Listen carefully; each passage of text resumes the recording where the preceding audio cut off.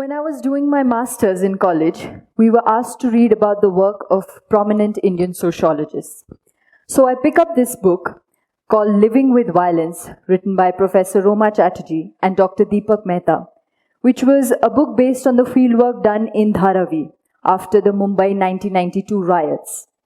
And even before picking up the book, even before getting it issued in my name, I was judging the book by its title. Who names the book Living with Violence? It's like normalizing violence. And I knew it would be a sad, agonizing story of horror, violence, of how uneducated, unemployed youth are used to create communal unrest, of raped women, of burnt houses, of orphaned children, all that sad, depressing stuff. But, as you might have probably guessed, my assumptions were far from the truth.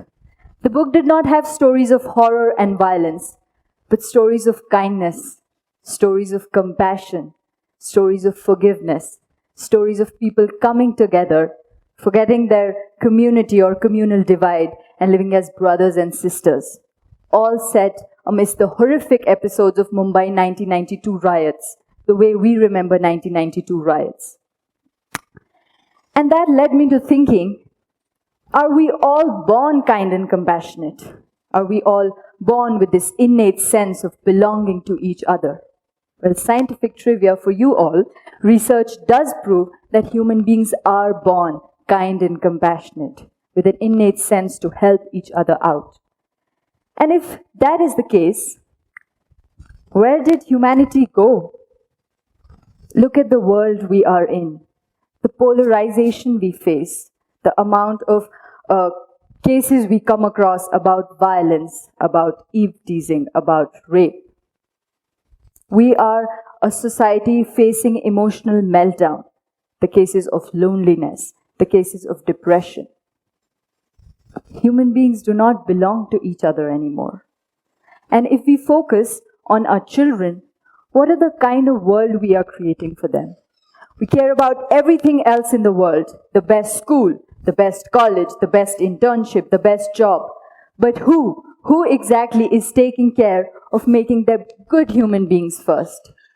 And isn't that this is what matters the most, being a good human being? Don't we all say that, what matters in the end is how many lives you've touched, how good you were as a human being. But humanity stands at the precipice of savagery.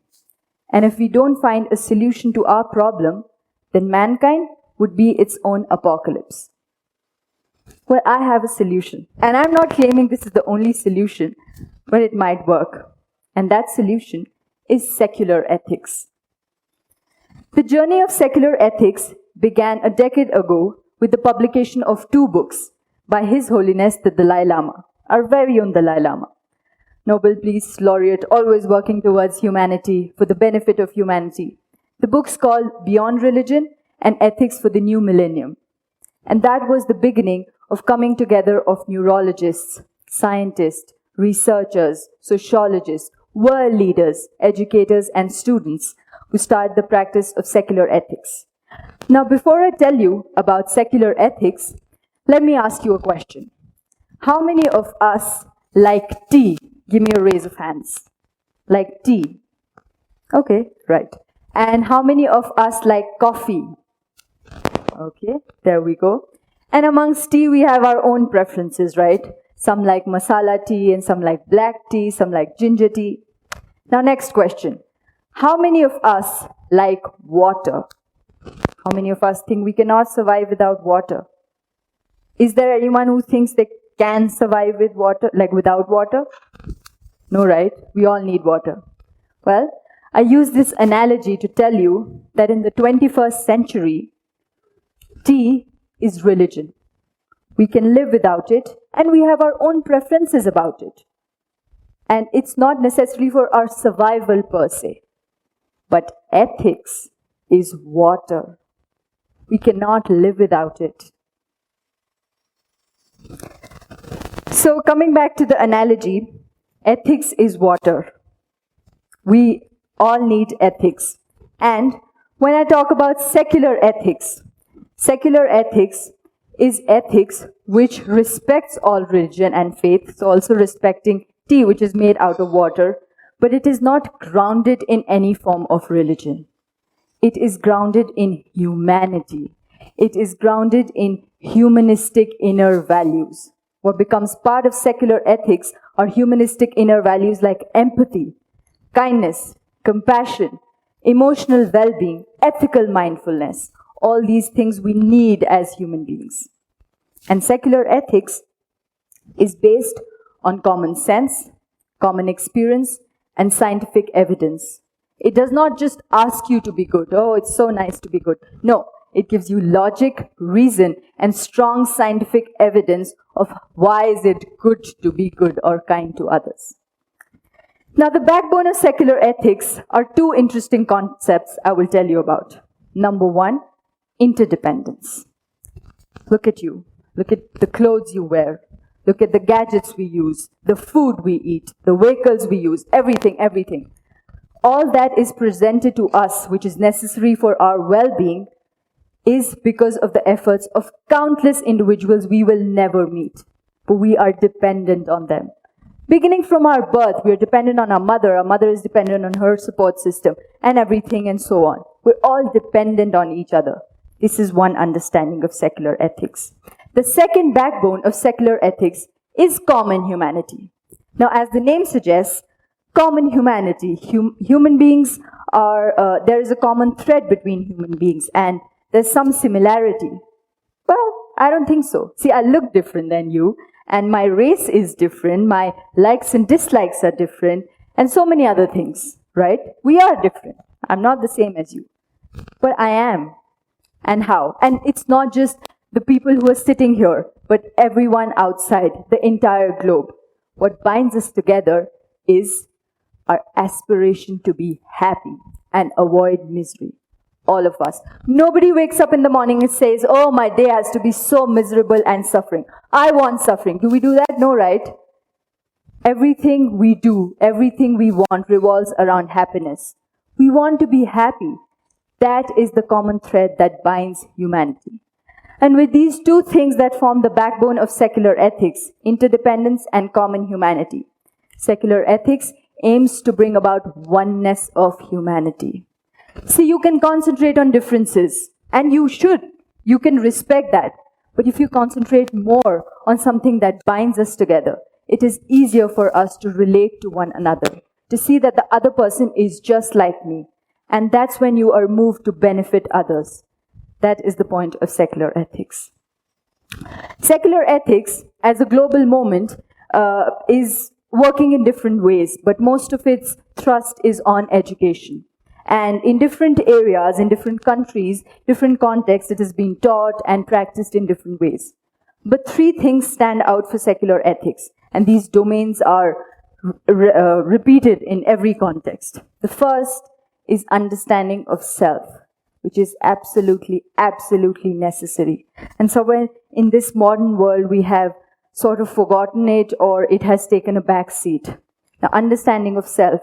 When you step back and see your own emotional state, when you step back and see how I feel, when you see your physical sensation, when you know what anger does to me, it is more likely that you will be able to relate to others. So the first domain secular ethics works on is understanding of self. The second domain, understanding of others. So when you know how you feel, how if empathy is directed towards you, what it makes you feel. And when you do the same to the others, you realize, all right, the person feels exactly like me. We're same. With this acquired understanding, you move to the third domain, which is understanding of systems. When you practice secular ethics and these humanistic inner values for self and others, your immediate environment, it almost becomes like a acquired understanding or habit or second nature to you. And say these children or youth for that matter, are trained in secular ethics, in these humanistic inner values, and they become world leaders. They become lawyers, they become public representatives, and they have this acquired understanding of thinking about the benefit of others as well.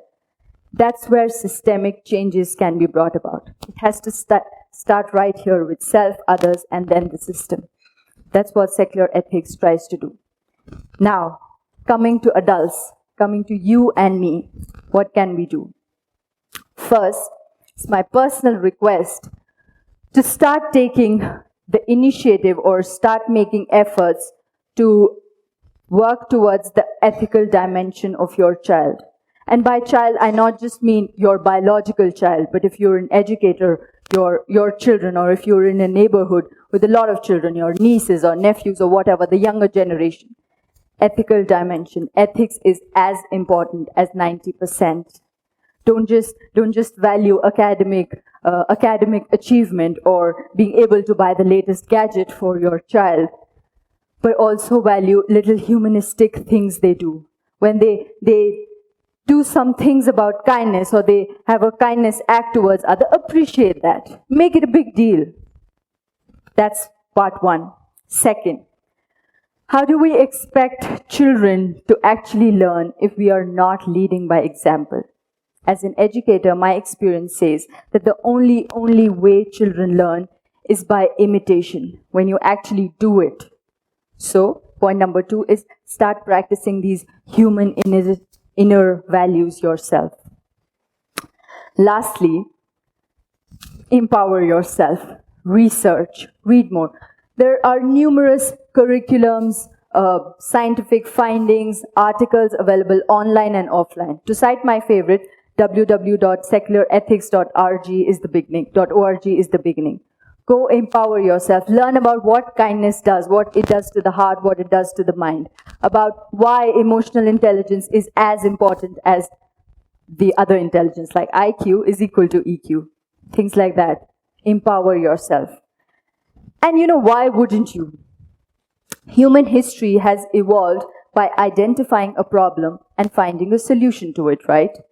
We have a problem. We know the world we are living in. We know that human beings are not so human after all at this point.